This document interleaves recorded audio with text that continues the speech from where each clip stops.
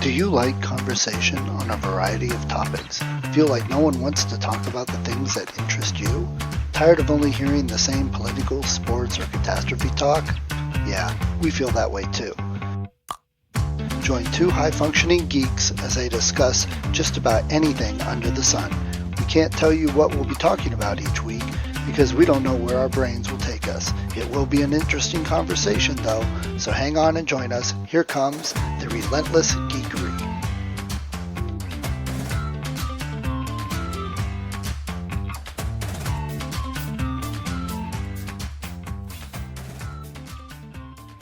All that kind of stuff. Okay, there we go.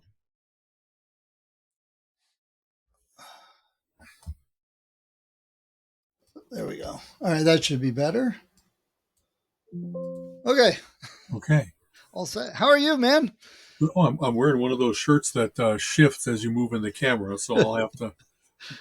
Whenever I'm on the Tonight Show, I'll make sure I don't wear this top. Exactly. Yeah. Well, again, the tech, what it shows us is lower quality, so it can capture the high quality and it doesn't stutter and all that. So right. What the final looks like is 1080, but this is like 340 or something that we get. Okay. So it's kind of funny. I knew it was doing that. I didn't know what the numbers was. It half quality, third quality? It looks good enough for you and I to have this conversation from 50 miles away. How far apart are we? Something like 50, that, right? 50-ish, yeah. Like that, and in perfect real time and stuff. So once again, thanks for the miracles of technology. Right. 5 years ago, it wasn't as good. 5 years before that, you couldn't really even do it. So. Exactly. I'll tell you, the first time that I ever saw like QuickTime, on the Mac, where you really had near video quality, even in a small window, it was still amazing just out of what a leap that was. And of course, who embraced it first? Gamers, porn industry, et cetera, et cetera. And yet, like walking, I used to go to Macworld all the time. Macworld used to be a really big thing in San Francisco in January because it was such huge announcements. The first time that they had PageMaker, where it really was, and I'm trying to think, Photoshop and various other, each of those years, where instead of it being rasterized, pixelated art, it had the math going on behind it that gave you perfect spline curves, perfect color lookup tables that really gave you high fidelity and in near real time. And like hearing the story about this guy went, if I remember right, into the Alps or the Pyrenees and like worked on the math for a year and came out with this thing that no one had been able to do up until then. It used to be that you really had to do multiple transformations to get something of photo quality, and he had it happening in real time. And so when you're walking around Macworld, it was always, cool technological things going on, but a lot of it was, now it's 120 megabyte to hard drive instead of an 80. Here's the booth babes and here's the magicians and stuff. And then you walk by and you see like live video running, and it's not someone's tape, if you will. Back before there were DVDs, it was tapes, and you go in and the people there were always so humble about this miracle that they had created. I just used to love that, and I know this is it's kind of funny as usual. We digress early. I used to go to. Have we talked about this before? They used to have a thing called the Digital Art Be-In. San Francisco was known for be-ins, where it was like a hippie protest, not even a protest. It was everybody coming together and sharing arts and sciences. And the State College of San Francisco or something like that was one of the very first ones to have a multimedia degree program. And so you walk into this thing, it was after hours at Macworld, and they take over like the garment center, where it was like 5 tiers long, and so you'd go up in these things, and it was kind of like the video for Thunderstruck, where everybody's looking down on the pit, the arena that these things are going on in. But what you were seeing, of course, was not fighting. It was somebody's got like a perfect robot running. They've got like just as a semester project, they made miraculous things happen. I always tell the story, and hope you don't mind. They had a thing called the mandala system, where they have there's a camera out there, and there's a guy standing there, and then on the screen behind him is a thing being shown. And he so he's got a picture of a drum on the screen, and he reaches out in midair and goes, doo, doo, doo, doo. And so the camera is capturing his interaction with that. And then he's and it's got a drum kit then, cymbals.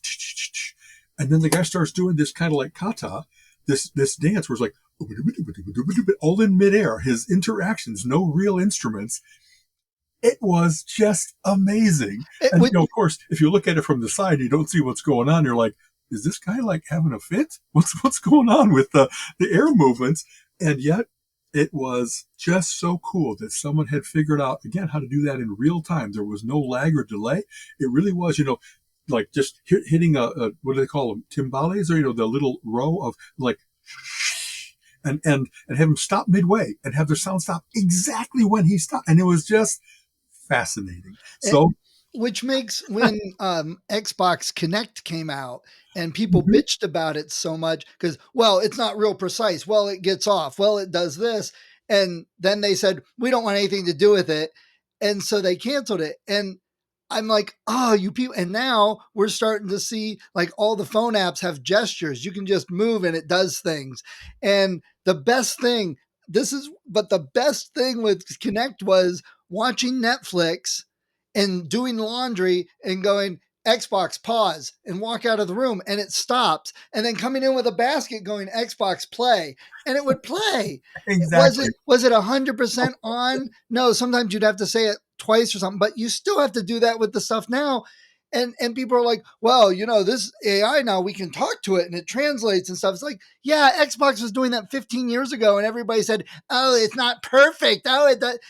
And the one that really bothered me was Xbox wanted to come out with a diskless Xbox. So everything was digital. You get it off the digital store, and they were going to allow you to share games. So I could play a game, then share it to you on your Xbox, and then it comes back to me. I could rent games, over the weekend, and then they go back. It wasn't buying things on a CD or a DVD. Yes. You have the media and a drive. And people lost their mind. Oh my God, you can't do that. You can't take, you know what? Nobody buys discs anymore. They all buy it on the stores. And so it's exactly what Microsoft said, but they were 4 years too early, and everyone bitched about it instead of thinking about it. That's right. And honestly, us always being into technology, the first Newton got the same lambasting. You know what I mean? Apple had the device that really did handwriting recognition in real time. And it was that you had, if you learned the Newton language, then it was even better. But it was just kind of when you saw on Star Trek, where instead of typing, you just kind of talk to the computer, and everybody's like, "Oh my God, that's ridiculous! What about Scotty's accent, computer?" Exactly that, and the fact that how many things were really maybe when the technology gets there, we can make a phaser, we can make a tricorder where you can read people's health just by holding something up to their forehead, and that talking to the computer, and those kinds of things that back then were come on, that's the future, it's science fiction. And how many of those things have come to be? And it might be that the first iteration, somehow people expected miraculous perfect instead of, but you're talking, you're gesturing, you're not having to type. The first time there was not only a stylus, but a pen that could actually sense pressure, and that you got different lines based on folks, you don't get what an incredible achievement that is, to have this screen that is rugged enough that you can drop it and have the cat walk on it, but it's also sensitive enough that you can actually do art with it. Right. In digital, virtual. I have always been one of those people that had to just see it for myself, try it for myself, and then run up to people and show them, look at what you can do here. Right. You were talking about the video. I remember on my Amiga in the early 90s, dialing into Usenet BB bulletin board groups. Exactly. Downloading different segments and then compiling them together to play the video that it was, but downloading segment at a time. And then if I wanted to keep the video, I would have to break it back apart and save it to multiple floppy disks.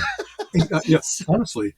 For Egghead Software, did Cleveland area have Egghead Software? I think so. In Chicago, one of those things where, they had software boxed up for sale and various different things. When you brought something home, like Microsoft Office, there was like 36 floppy disks. And maybe I'm exaggerating. Let's say 20. I know there was one that was at least 20. And you had to one by one put them in. And like you're saying, it would stitch it together. And if your disk number 17, somehow it can't be read, your installation is kaput.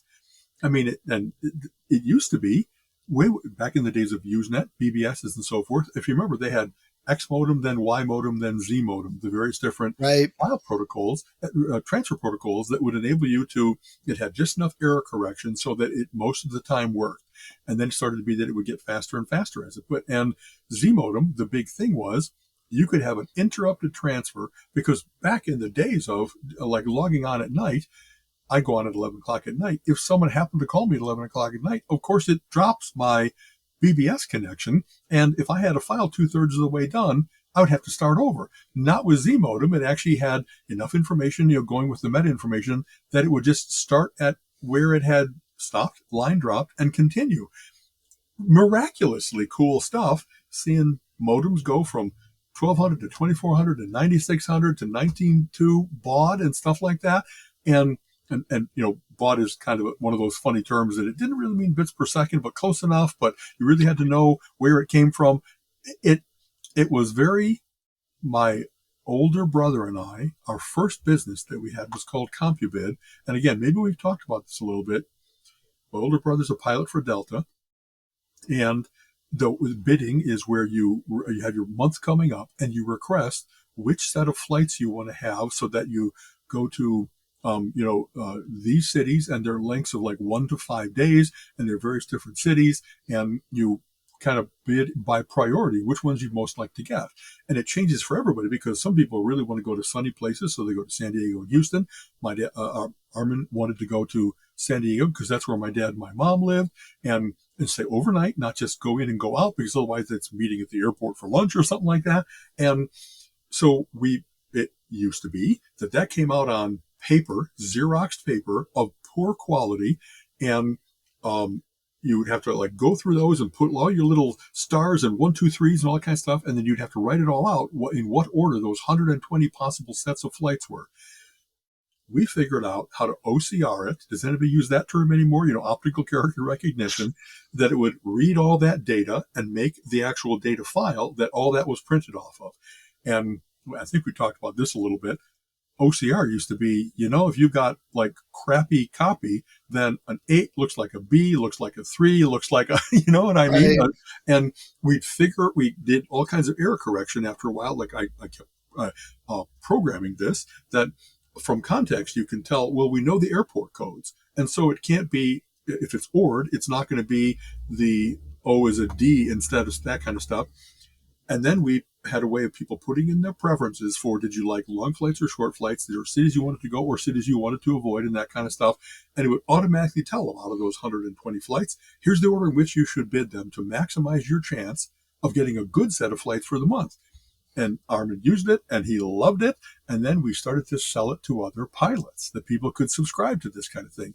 And it was a really interesting combination of the technology that they're giving out is not sufficient to be able to do this, but we figured out how to digitize it and, all that kind of stuff. It was, I was very proud of that. You know what I mean? It was just, and of course, a limited audience. How many pilots are there? And Delta has a certain format. Could we go to other airlines, United and American and stuff like that? No, because we'd have to redo all the OCR figuring out and that kind of stuff. But just this, it took us probably 3 months to figure it out, and had to continually tweak it for, well, we've never seen that before. What's this asterisk mean?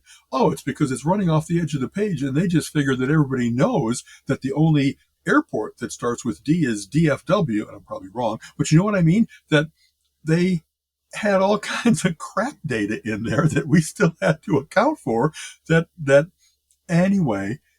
So that kind of thing of explaining sometimes to people that every one of those incremental steps to be able to get to a cool working solution, when Delta had no interest whatsoever. We any number of times said, well, there has to be a data file that you use to print this out.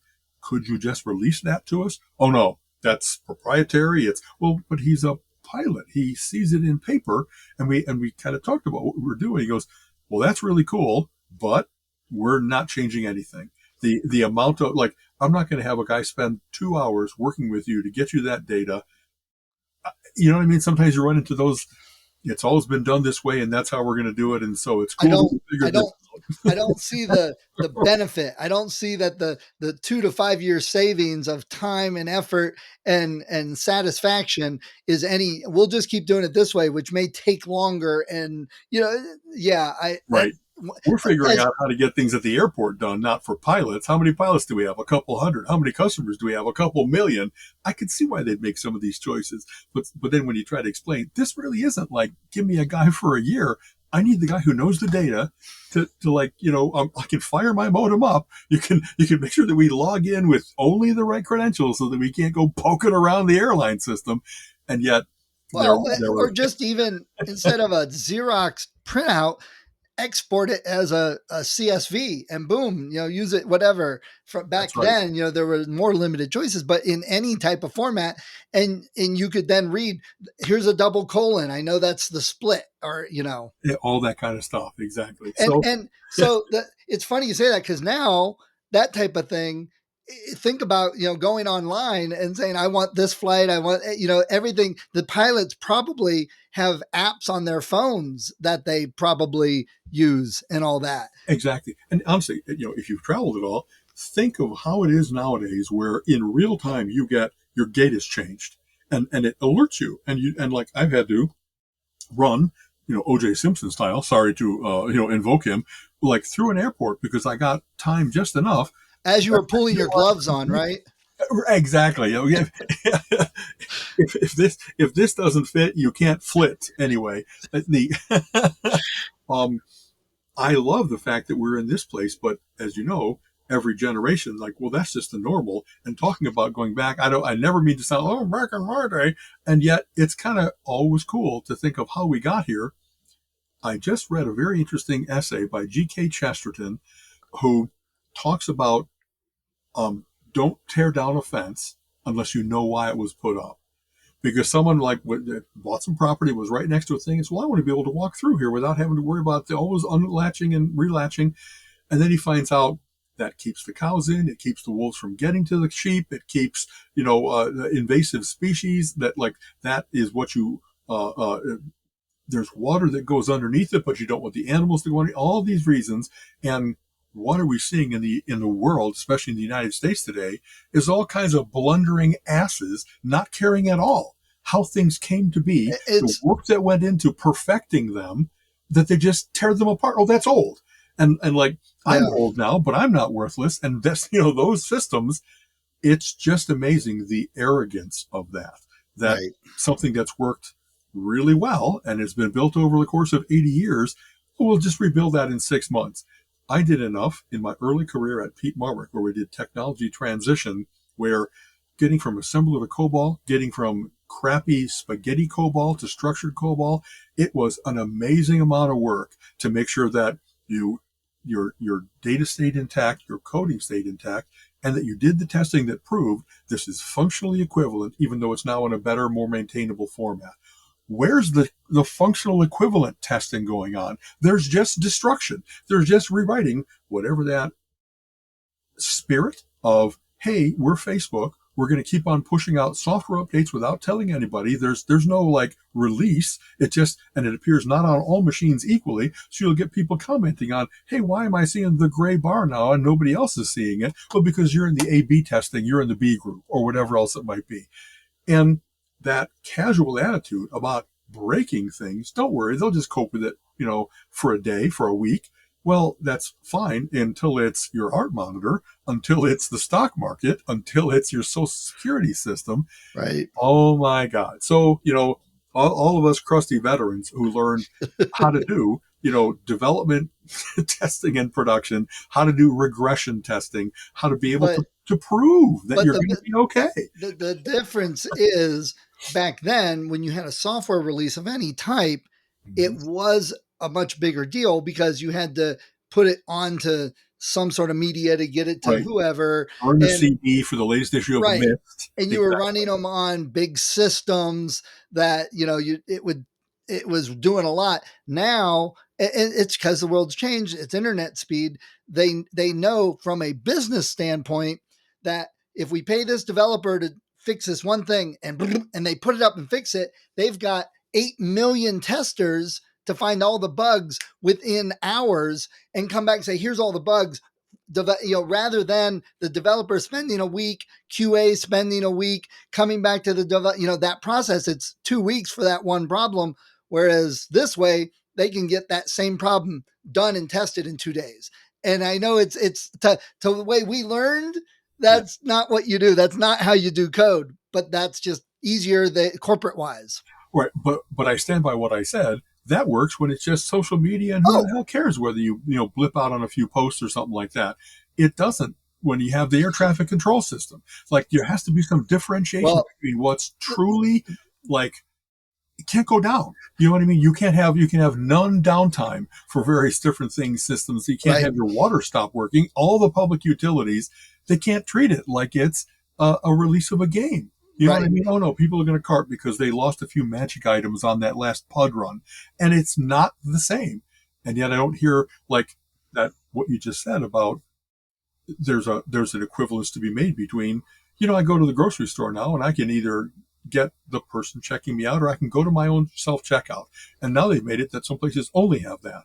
It's like, wow, I don't remember myself buying into, I'm now your tester, your person who's going to give you the bug reports and stuff like that. So the same thing, release it to 8 million people. They'll tell you what's wrong. Well, what if the people didn't sign up? They don't want to do that. They don't have the vocabulary to be able to give you a good bug report. You know what I mean? The reason they used to have beta testers is because the quality of complaints, if you will, that you got was such that they were actionable. You could work on them instead of just being, it doesn't look the same and I don't like the new look. What does that give you?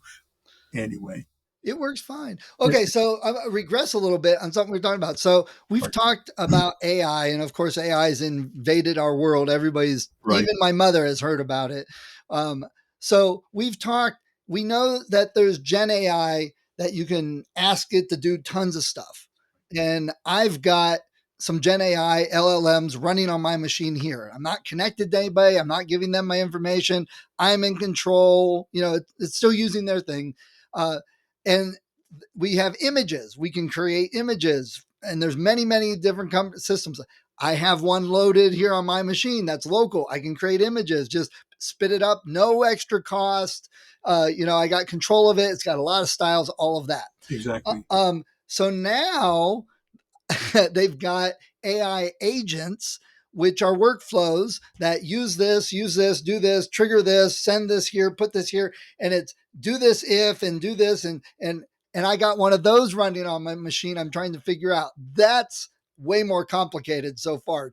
It's a GUI workflow, but it's finding the right module and configuring that module so it sends the right info. So it could, what I'm trying to do is, like I told Casey, here's an experiment for our soap business. If I have a contact form and they want certain types of soaps or new smells, or they have feedback, that this agent will check our inbox like every 5 minutes, read out the new email, figure out, is this a review that's good? Is it a bad complaint? Is it somebody asking to order and ship? Is it a suggestion for a new soap or whatever? And then depending on which one of those it is, sending it to a different spot to be taken care of, this agent. So I've got one of those running locally that I'm playing with to do things and all that. And now I have, I just played with it last night a bit, a local video creator, text to video, that you type in what you want and it creates a video. And I'm like, okay, I've played with these online. They're not super great yet. They're not making Hollywood films, whatever. So I threw this one up. It comes with a sample. All right. I see the workflow and it's fairly complicated, but since I've been working with AI, I understand some of the modules and pieces. But the big thing is leave what's there and you can type stuff in the input. That's the simple way. So I left the sample, let it run. It was like an hour and 15 minutes for 5-second video. But I looked at it and went, holy crap. It's a fox running through the snow, and it doesn't look AI artifacting or anything. It looks like a video of a fox running through the snow. That you went out there and did the nature video and all that kind of stuff. Yes. And all this I got running on my machine here, which is what I always like to do. But that's the new thing, video. And I'm like, and the agents. I mean, the agents is so cool. The things you can do with it when you start look, it's like, what module do you want? Here's 500,000 modules to choose from. I'm like, oh my God, I don't know what to do here. That's wonderful and fascinating. Another thing I have to look into, that has been one of the grails of, if you're artificial intelligence, should be that you can offload that you can make a personal agent, an expert that would do what you would do in that situation without you having to pay attention to those 10 things. And I will, with pride, I will mention when Dave and I first got together and created Lankmark Corporation, we were working with a company called General Magic. Do you remember these guys? No. They had a little PDF like this big that was one of the people that created early Macintosh stuff, Bill Atkinson, if I remember correctly, went to this company and they solved all kinds of the problems with a PDA. It automatically, when you emailed or texted or whatever back and forth, it captured information so that you didn't have to type in somebody's email address and probably get a few characters wrong. But all the things you see nowadays about when you have a contact file and it gives you the list of possible email addresses, whatever else it might be, it was the first place to automate the capture and the use of, and the like having a databases where I don't remember the guy's thing, but if I go and look for Alan Baltus, it brings up possibilities that it's seen elsewhere on the networks and so forth. And it had agent technologies for the first time. And that's the first thing that Dave and I were working on. And we made very little progress. But what we thought was, what do I really want to agentify? I love going to concerts. Every week, I go and grab a copy of The Scene and the Illinois Entertainer every month, and I go through all of the ads and stuff like that, and I look for what's coming up, and then I have to okay, tickets go on sale tomorrow morning at 10 o'clock. Then I got to be on the phone right away, or I'm not going to get tickets. In Chicago, it really was, like here, much easier, but in Chicago, it was if you didn't get tickets in the first 5 minutes, then you paid scalper prices, because in a metropolitan area of 14 million people, there's a lot of competitive pressure, if you will. And so we were like, who do we talk to? Ticketmaster. And do we create our own ticketing agency? And how do we do this so that we get information from all these various different venues, put it all together so that we release it, have VIP clubs, all the things you see nowadays, pretty standard. We really had germs of ideas for tons of those features. And yet, again, we kind of got resistance from, well, actually, we like controlling all of our data. We don't, what are you going to pay us so you can access our data? What does it matter that people are used to lining up at Ticketron, then Ticketmaster, physically, in the snow to get tickets for that thing? They'd sleep out in parking lots overnight. They started to have lottery systems and whatever. So that idea of agents, I have all my life, if you will, had I want to go to various different places, but I don't want to check every single day to see whether the price of going down to Tierra del Fuego for an airfare is finally within reach. And so that the friction, the overhead of keeping track of all those things, even though I really want to do it, it's just too much to make it practical. I want to check once a week. And so I just thought I can have a guy that just every morning wakes up, that actually every minute checks, whatever the overhead of something running in the background on your machine or on some server somewhere it's not at my expense, if you will. And so just think of all those things. You're continually looking for not just an airfare, but best airfare, best ticket price. You're shopping, like when they first started to have Frugal, the equivalent of Google for shopping and stuff like that. Before Amazon took over the world, it was really standard to say, I'm looking for a very specific pair of gym shoes. I just found out that I really need to have my Drew Aarons. And you'd go looking, and even then, the scanning and the way that people would put things out there so that it wasn't just going down a list and finding the cheapest price.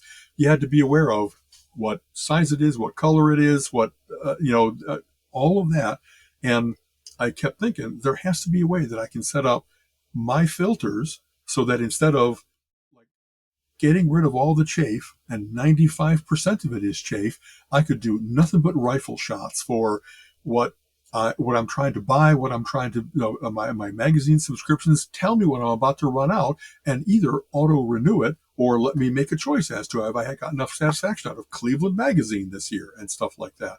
And so what I'm trying to say is maybe it's time to revive all those ideas that I've had for all these years and start doing agentic things.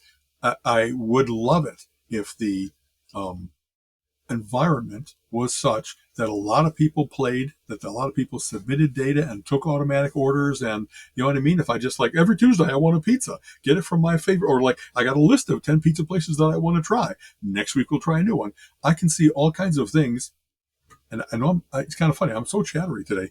I used to talk about, like, don't you want to have a news feed that is mostly what you want to read? I got really good at opening up a newspaper, and you don't read everything. You scan for what's of interest based on headline and the length of article and all that kind of stuff. And so I said, what I also want is a certain amount of random injection, so that I don't know always what I want before I see it, but I'd like to have it be just, based on my interests or just based on randomness, put something out there. If I get that, I've tried to set this up with all kinds of readers that download, save articles for me and stuff like that. And I've never gotten a better thing than I just glance through things and see what catches my eye based on me, based on all the filters that I already have in place with my eyes and brain. If I can actually create a good virtual I've always thought about calling it a virtual, you know what I mean? That So check out N8N, the number 8N. Very good. That is the one I ran into that is pretty robust. It's open source, and it has a ton of modules. This is the weirdest thing. At one point, I had like so many pens on my desk that I'm like, well, I got to consolidate these. And now, of course, I have none. Don't you have a sticky note app? N8N. That's where I'm. So bear with me. I have a sticky note app, but I ended up looking at it one day. I'm like, okay, there's like 200 sticky notes here. So I think I'm not using it effectively. I need to reevaluate this. Right. I have notes within the Mac is where I often put all these little bits. And what I always worry about is I don't want to do anything to queer the deal for what we are talking about that somehow I've gone elsewhere. Let me get my notes over here. But that's the one I'm playing with. It's not hard to get set up and started, at least on Windows. I don't think Mac should be any different. They have an install type that you do, through the command line. I had no issues getting it installed, getting it running and stuff. Now, understanding it and getting the right. So I was playing with it. I'm like, okay, what about give me 10 article ideas for this topic, and then loop through those 10 ideas and write a full article for each, and then spell out the keywords that go with that article. I couldn't get it quite refined between steps to do that and loop through it all the way. I came close. At least when I stopped the other day, I wasn't getting an error. So that was a good thing, right? But you can set it up to use like ChatGPT online, but I set it up to use Olama right here on my machine. So it stays all local and I've got control over it, and all that. But I mean, it connected into every mail system. It connected. You could take the output and create a Google Doc, and boom, you've got a Google Doc created. You can connect it into the websites. That's what I was looking to do, just to see. Yeah. So there's a lot of options. I'm feeling foolish because I was so into this 25 years ago, 30 years ago, and I've let myself not be really, really versed in all the cool things coming out. I play with it just like you do, but I've not done much productive. You're doing much more cool, productive things. Trying to. Well, but still, if I don't start playing with it and don't compare and contrast, so that if anybody asks me, what are you doing? I just had a conversation with Leo from Indianapolis that, like, what things are you using? And honestly, I have tried so many things and made little notes, like mental notes, but I couldn't say, for images, I do this. For video, I do this. For writing, I do this. I didn't have, almost always, I've been an answer guy for those kinds of things, the shopper for everybody else, because I have a pretty good feel for what makes it useful and what is, like easy, medium, hard versions of things that for a beginner you want this. And then when you get more versed in it, you try that. So I just got out of the markets recently before the big fall because I saw it coming. And now I have all this time. It was amazing how much time I was putting into this because I really was treating it like a wonderful puzzle, and I need to have input and make changes sometimes during the day. Well, I now have, honestly, all Colleen is still in the market, but I pulled out everything, all of my individual stocks as well as my indices and stuff like that. And now what am I going to do with all this time? Get better at this stuff, not so I can be a better stock trader. Because without going into it too much, do I need a job? No, I don't need a job, but I sure was treating it like that. I'm happily retired, but what I want to be doing is learning new AI and reading more comic books and playing more mini golf and going to more comedy festivals. So all of that kind of comes to, that's where I want to put some time, is the way the world is becoming remarkable. Like, I used to be at the forefront of that, and now I'm more of a consumer of it. And I not only want to learn how to use them, there's a real fascination with, they just did a big review of what if you don't want to be on the net where everything you do is captured, you're still the product, that if you want to have your own dedicated systems, download your own LLMs and all that kind of stuff, what's the best machine for doing that on? We hardly ever have platform wars between the two of us, but it's the Mac Mini and the Mac Studio. That's the neural engine that they have in there and the amount of memory that you can get and all the things. It is ideally suited for those kinds of things, for being able to do everything as if maximum GPU usage, as if it was NVIDIA, and the maximum number of threads that can run at the same time, and all the parallel processing that goes into these kinds of things. So here I am sitting with a howitzer on my desk, but I haven't been using it for these cool things. And so I'm going to start doing all the cool downloads you've done. And that is the one thing with all this local, it does take up memory and processing power. I up my memory, and when I run some of this stuff, it still gets the memory spiked. It'll use what you give it, right. But the cost for like a new video card, it's like $2,500 for a new video card. I'm like, I used to be able to buy like 3 computers for that much. Exactly that, where the room is hot because of the amount of computing power that you buy. Yeah. So, what I've got works fine. But, I'm like, look, if I really am using local chat, local image, local video, local agents, I can't keep it all on my work machine that I'm doing other stuff with. I've been starting to think about maybe I want to get a second computer, but I got to make sure all this stuff can run network wise, that I can access it and get to it, without having to just remote in necessarily. That's right. I am pretty lean and mean nowadays in that I have my Mac Mini that runs everything. For a while, I was also running my home server for my own calendar and email and all that kind of stuff. And I've had Mac Minis for a long time. So I have a succession of like older generations. I think before we moved to the M chips, Apple's own silicon, they didn't have those features that I just talked about, the neural engine and multi-threading and all that kind of stuff. So I can only go back so far, but I could not just have my one main machine. I could actually have, I'm going to let this run for 8 hours over on my secondary machine, but they're all networked, so right. It'll tell me things, while things are going.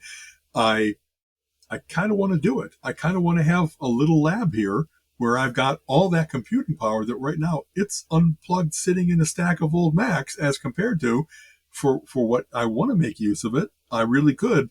I'm going to design my own Christmas card next year. And it doesn't have to be that I get it right now. I got, 3 months still to go. What am I saying? 9 months still to go to figure out what I'd like it to be. So all kinds of, I have done things in the past where I love fractals. And so you don't want to have it be done right away. It takes a certain amount because of the recursion and the math involved to produce it. And I don't want to just have one. I want to have, here's my seed set, and give me 100 versions, the next 128, because it's always binary, with different color allocations to the various different things. And then pick my favorite Mandelbrot set, Julia Dragon, that kind of thing. And just have that be my background wallpaper or for my phone or whatever. And I have, again, all these kind of interesting little project ideas that if I can have somebody go do that, not have it be that I stare at the screen while it runs, but do it in the background and come back, ding, master, your meal is ready, that kind of thing. I'm getting to that cool place. Maybe I'll use a little more electricity, but I don't think that's the limiting factor here. You know what I Right. mean? So, Right. Yeah. So, check that out. Let me know if you actually N8N. try N8N and what you think. I Exactly. mean, like I said, I need to spend a lot more time with it because it's a GUI interface. It's very modular. You can Yeah. connect things. And when you look at it, it makes sense. But then sometimes getting it to do what you want, especially if you're connecting and dealing with the like Chat GPT or whatever LLM you've got, that's the part that I'm like, no, no, no, that's not what I'm asking for. No, I need it this format. Put it like this. And I'm reading it. It says, well, it should do that. Well, it's not. Why am I not getting it? Right. All the things that are going on now are what we've always had to explain to people. Like, getting something working takes like 90% of the time. Getting it perfect takes the other 90% of Yeah. the time. You know what I mean? All the things that to just brute force it, but then to idiot proof it, to make it so that it interacts no matter what environment you're in or no matter what user you're having or something like that. Right. It's a lot of work. And even if I'm the sole user, I don't, with a germ of an idea, think of all the tentacles that go out from it as to what might go wrong or what might not be exactly what I asked for. So it'll be it teaching me and me teaching it. You know what I mean about what this thing is capable of. So just like we have our latest GPS is like it takes verbal commands. But as you might imagine, trying to get like anything on Clague Road, where Clague is spelled Clague, I had once Clay or it once, and I tried, well, how about Clayhue Road? And then it hears like Clayhue. And so it is teaching me what its speech, recognition type stuff does. Medina's another one. Yes, exactly. Yeah, exactly. So you have to get your own like mental shorthand for, I know that cook should be easy, but what are the tricky ones where it doesn't look like it should, sound like it should, et cetera, et cetera. So yeah, there's plenty, and you run across them. I like to put my GPS in like an Australian accent or something, so they come out even funnier sometimes. exactly. That's an older thing. Back when they first started to have GPSs, you could get John Cleese giving you directions. You could remember there was all kinds Right. of celebrity. You could change your car too. Yes, exactly. So and that little bit of customization, it's funny how it never really matters, but people always want to have their own armor in a game. They want to have their own voice in the car. We were just talking about microtransactions the other night, game night at my buddy's, and someone mentioned, "Oh, I hate microtransactions." I said, "Oh, you don't like armor on your horse?" And we laughed because that was the one in the gaming world that broke everything. Skyrim Oblivion, they offered DLC of armor for your horse. It didn't change stats; it was just decorative, but they were charging $3 for it, and people lost their minds. That why are you charging for this and stuff? Right. And now I know people that go play whole games for hundreds of dollars, and it's like, well, we're shutting down the servers and there goes everything. And it's so hard for me to fathom. They're like, well, I got my money's worth. I played it. I'm like, but we rent everything. People don't realize that. I could buy a movie on Amazon. I don't own that. If they remove that from Amazon, it's gone. I could have paid $50 for it. Doesn't matter. You don't own it. And the DLC is like that. For a long time, it wasn't that you just had to worry about what you were buying. It was, will that place still be around? So, nowadays you think Amazon will be around forever. So if I got my Archer series that I bought beyond the first 7 that were free or something like that, but we have talked about, I have any number of like CDs that I've burnt that for whatever reason, then one cut becomes unavailable because there's some kind of rights negotiation going on. Right. But I have it on my CD. I burnt it so that I'd be able to have it, not based on your rights, but because I own the fucking thing. Sorry. So, it's weird to have that intersection of, well, now it's more convenient because along with that, I get the artwork and the lyrics and that kind of stuff, but I also inherit all the other stuff that goes with it if they're trying to run it like Spotify or Apple Music or something like that. Right. Yeah. Me and Colin on Memorial Day last 2 years, actually, we would run up to Hartville Flea Market, and then we'd travel around and hit like all the different yard sales. Yeah. And we were looking for CDs for cheap. I mean, some people are like, oh, $5 a CD. I'm like, dude, they're not in a case or anything. It's just an open CD. And this is a crap CD. You want $5 for it? Yeah, they're all $5. All right, well, I don't want any. But then we go to other places like, oh yeah, 2 for $1. Or, I'm just trying to get rid of stuff. And we're like, here, we'll take this $10 worth. So we got all these CDs. And then the first thing I did was burn them all. And he transferred them onto his MP3 players. Like, we own it. I used to record my own records to listen in the car. Yes. We've recorded TV shows with the VCR to watch later, so I don't have a problem with any of that. And I'm not streaming it out to others. I'm not trying to resell it. That's right. I recorded something. I'm going to watch it later. I bought something. I put it in a format so I can watch it on my phone instead of format. Exactly. Yeah, and you know what? Some people can say, "Oh, you're still that legally. You're not allowed to do that." Okay, if they really, really want to come after me because I paid for the movie and then transferred it to my phone, fine, let them try. But there's much bigger. There's people out there selling these and streaming these and everything else. Right. I'm really glad that all the rights wars are mostly over. You know what I mean? That whatever it used to be about transferring to a different format was somehow violating their intellectual property rights, as opposed to, no, it's just a matter of convenience. And as you said, I'm not selling it to anybody else. No, there aren't 10 people watching instead of 1. It's just me. Anyway. And with that, and I know they'd say, well, you bought it in digital format on here. You didn't buy it to watch on your phone, or you didn't buy it to listen to in the car or whatever. But one of the things that I like that I've seen others do that I started to do, like when I go to an event and I set up an author table and I have my books. Hey, if you buy the print book, here's a code. You can get the digital book for free. You know how many people go, oh, really? Well, here, I'll take one. Right. It's That's that little an inducement that they don't want to have the physical copy. They're willing to buy the physical in order to get to the digital. Yeah. Exactly. And before they can get that digital copy, they got to give me their email. So I get their, I'm really getting something out of it. And it doesn't cost me anything to give people that ebook. I've already spent all the money. If anybody pays for it, it's really just kind of profit. But if they'll buy the print book and I give them a free ebook and that's what gets them to buy, I sell way more that way than trying to sell each one separate and get every dime out of it, Yeah. Having just been to the Comic-Con, as you know, a couple of weeks ago, they had very much that most things were nowadays, if you buy anything from the major comic book publishers, you get an e-version of that. And sometimes there's an expiration date to it. Sometimes it's only, on a particular site, but for any number of books, it just that a digital version of the book as well as the printed. So that was okay. Right. Yeah. So segue time, since we talked about, I just went to a place that was so wonderfully analog. We went to the American Crossword Puzzle Tournament. Yes, I saw some posts. And 1,000 people there, the 1,000 people that are good enough at these and crazy enough to travel to Stamford, Connecticut to do it. It's all pencil on paper. Everybody gets handed out paper sheets and you have them face down until somebody says start, and you flip it over, and with your best number 2 pencil, the one you're most comfortable, your weapon, the scoring, various other things have been made better so that they can turn the results around in real time and stuff like that. But still, the act of it is not pull out your phone and do a cross down, beep, beep, boop, boop. It really is everybody writing things out.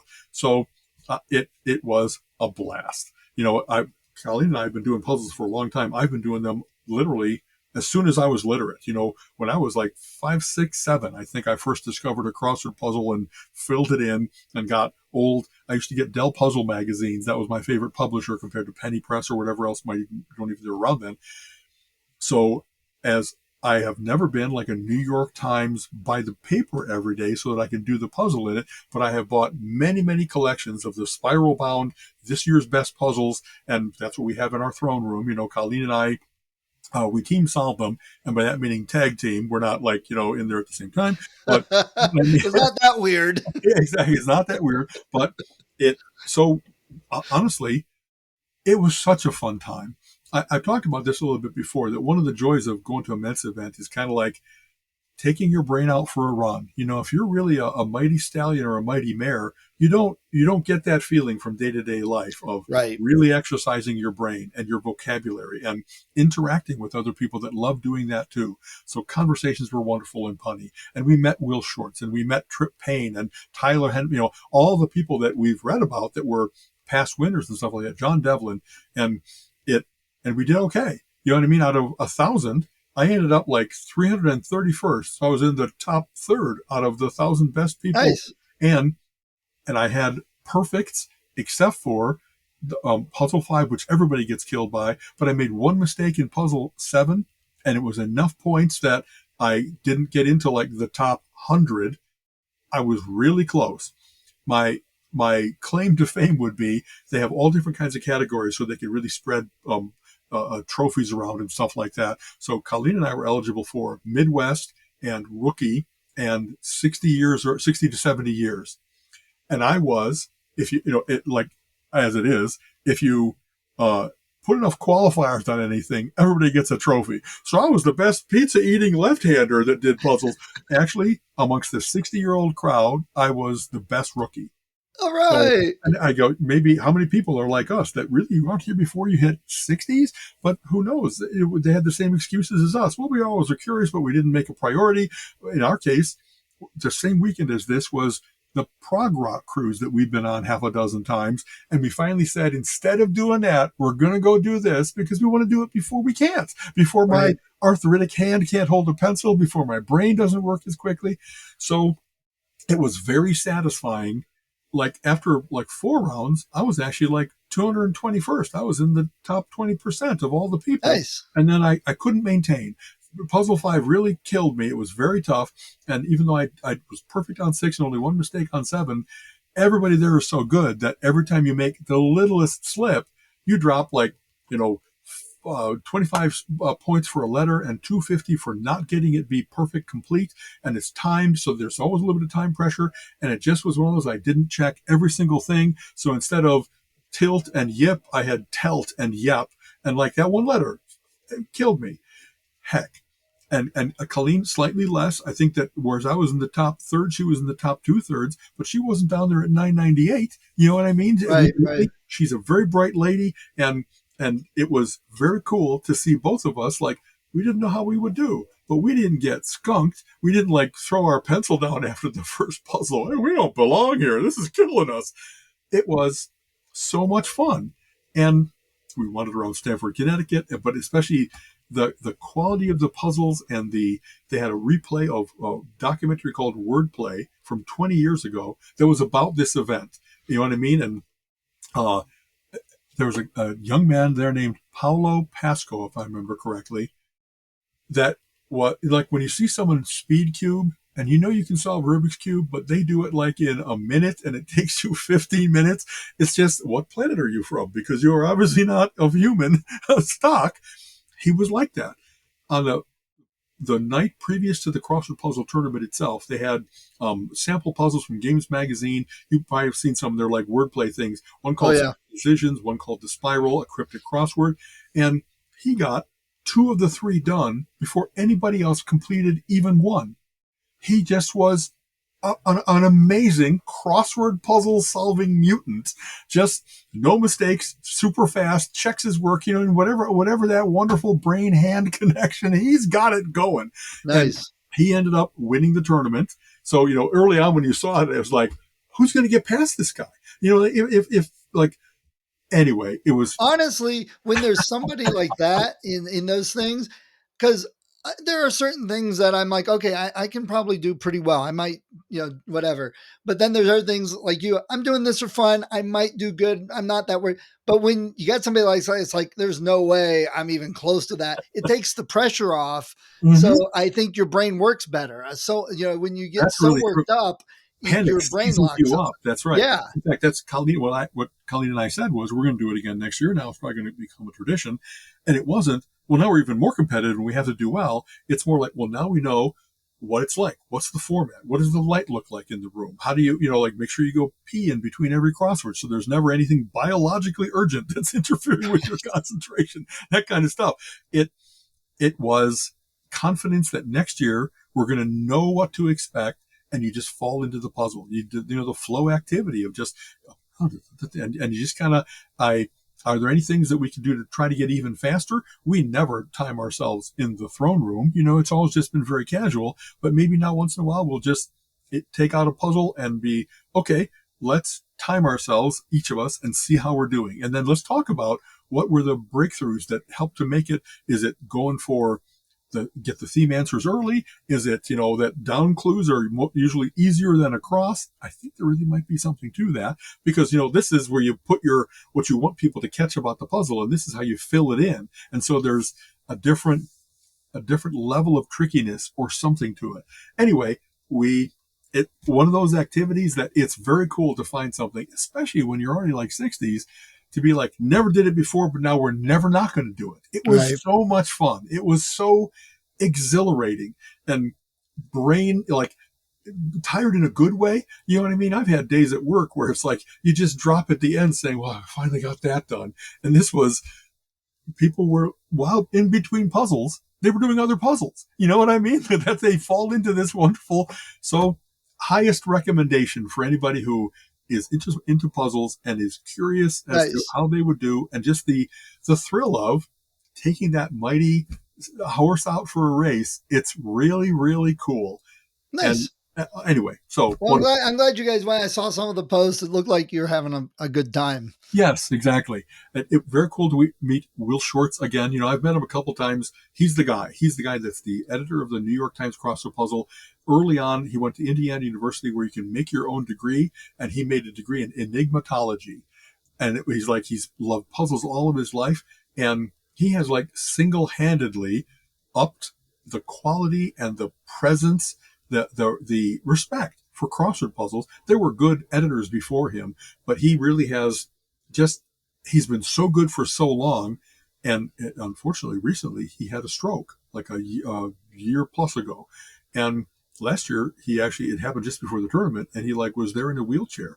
And you so much don't want, please, get better. Don't leave us. You know what I mean? So It was very cool to see him up and walking around. It hit the left side of his brain more than the right. And so his brain is still there. His voice is still there. The left side of his body, like his right side of the brain, because the left side of his body is weakened, but he's still there, just in a little bit different of a package. You know what I mean? Yeah. So, but just to have a chance to say, like going to a Comic-Con, to tie it all together, some part of what you want to do is just say thank you. You've had such wonderful influence in my life that I've been doing crossword puzzles for forever, and you guys do the best. And it was a pleasure to meet. Nice. And I don't know, some people are a little bit, maybe a little bit too crosswordy, a little introverted, a little nuts, but there's also all kinds of people that they just happen to have this wonderful gift. Ellie, I think Ellen Ripman, maybe. She actually won a couple years ago, but she still comes and competes. There's a woman named Miriam that's been doing it. She's 99 and has been there for 46 out of 47 tournaments. It's actually a long standing. But Ellen said a really cool telling thing where, in the movie, at one point, one of her boyfriends was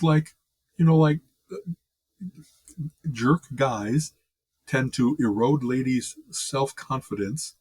And one jerk guy that she dated for a bit said something to her, and she said, well, what are you best in the world at? You know what I mean? All these people that they might not have, everybody gets a chance to be a superhero, a star. Yeah. And it was very cool to see the people there that had that, nice. A little nerdier, a little more introverted, and yet here's where they can just da-da-da-da, and they're. But I think that's way cooler than saying, oh, I got a Super Bowl ring. Okay, good for you. Yeah. I don't care. You see, I really, whatever it is, it doesn't matter. The Olympic medal, the Super Bowl ring, that kind of stuff. But I will also say this, what a great crowd of people. If you're literate, if you care about reading and words and that kind of stuff, it's just so much that you've lived a 1,000 lives because you've read so much. You have more empathy. You have more understanding of how things work together, and that there's a big difference between almost being right and being provably correctly right.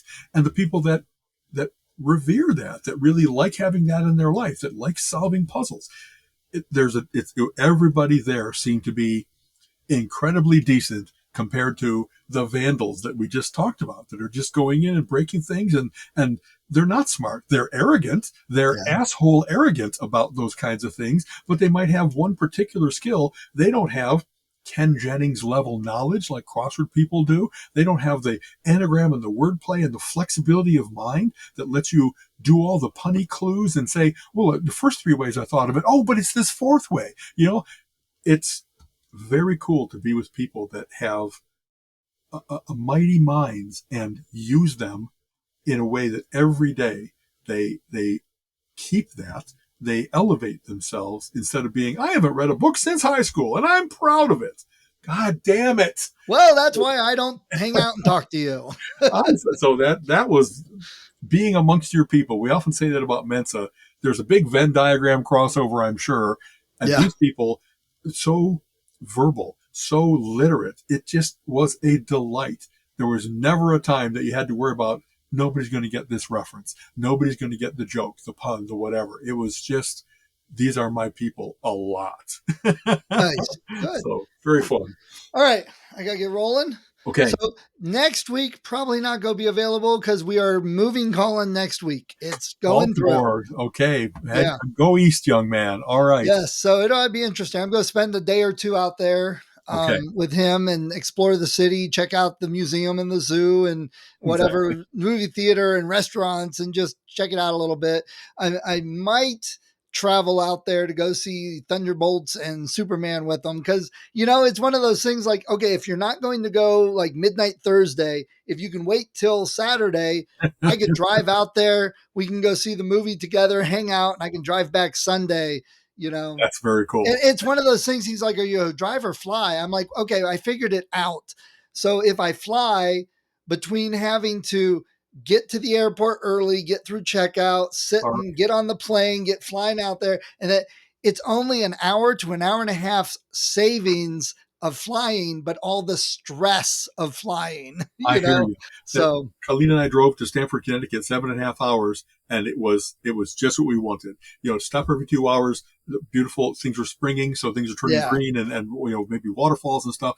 Just it really is a good thing to not have teleportation and having to be on somebody's schedule and stuff like that. We could stop whenever we wanted to. I agree with your choice. You don't have to deal with all the other because flight passengers really kind of tick me off. They stand in the way, so it takes longer to get into the gate. Then they rush on there when they're not called. So it's like, oh, I'm up front. I want to be there first. And then they screw out their luggage and everybody has to wait. It's like, that's why the back board's first, you moron. And then it's like the plane ends and they all jump in the aisle because like, oh, I can't let anyone go before me. So everybody's slowed down. It's like, I don't want to deal with that much stupid that often. I'll drive. I'll listen to an audiobook. I'll listen to podcasts. I'm good for the whole trip. Southwest once had a very good announcement when everybody did what you said, jumped up. It's like, we can guarantee that by you standing in the aisle, you will not get to the gate 1 minute earlier than everybody else on the plane. You might want to calm down a bit. So. Yeah. And I guess there's one airline that's actually getting people to move back. It's like, if you are not in line to board, don't cross this line. And it's like further back, not right up there. So people are trying to get through. Bring your way through them. Exactly. Yeah. That we have been traveling enough lately. I all the time that I was going out to visit visit my parents, then visit my mom, and get ready to the house to sell. How many times I had to deal with, if you're in group C, but you're in the ways of group A and B, get out of the way. Yeah. And these are the same people that when they go to the Comic-Con and it's a big open warehouse area and there's one door that everyone's trying to go through and they step into the door and stop. And then they look at their ticket and they're looking at us like, move out of the way. Like, how inconsiderate and how self-absorbed are you? I'm a big guy, and I'm always amazed when people aren't aware, because often my presence, the wind coming off of me as I move towards you, people are aware that something big is coming. And sometimes when I say, excuse me, and they don't even move, I don't mind my bag that I'm rolling along, hitting their ankle. I don't mind having to brush past them, but touch them while I do it. It's not, I never hurt anybody. Of course I don't. I don't abuse it. But just, they need to be aware that they're not the only person in the airport. It's not the Baltus effect. It's the Alan Wake. And that cool book, I have featured like 10 times. Yeah. The Baltus Radiation, the Baltus Effect. I'm just, thank you again, Bill Keith, for how cool you are to give me this little bit of immortality. Every time I read That's it, very like, cool. yes, I'm in again. Yes, yes. To see your Very name cool. in print, I get the thing. All right. Okay. Have Later, a great man. day and rest a week, and we'll connect in 2 weeks then. Okay. All right. You have been listening to the Relentless Geekery Podcast. Come back next week and join Alan and Steven's conversation on geek topics of the week.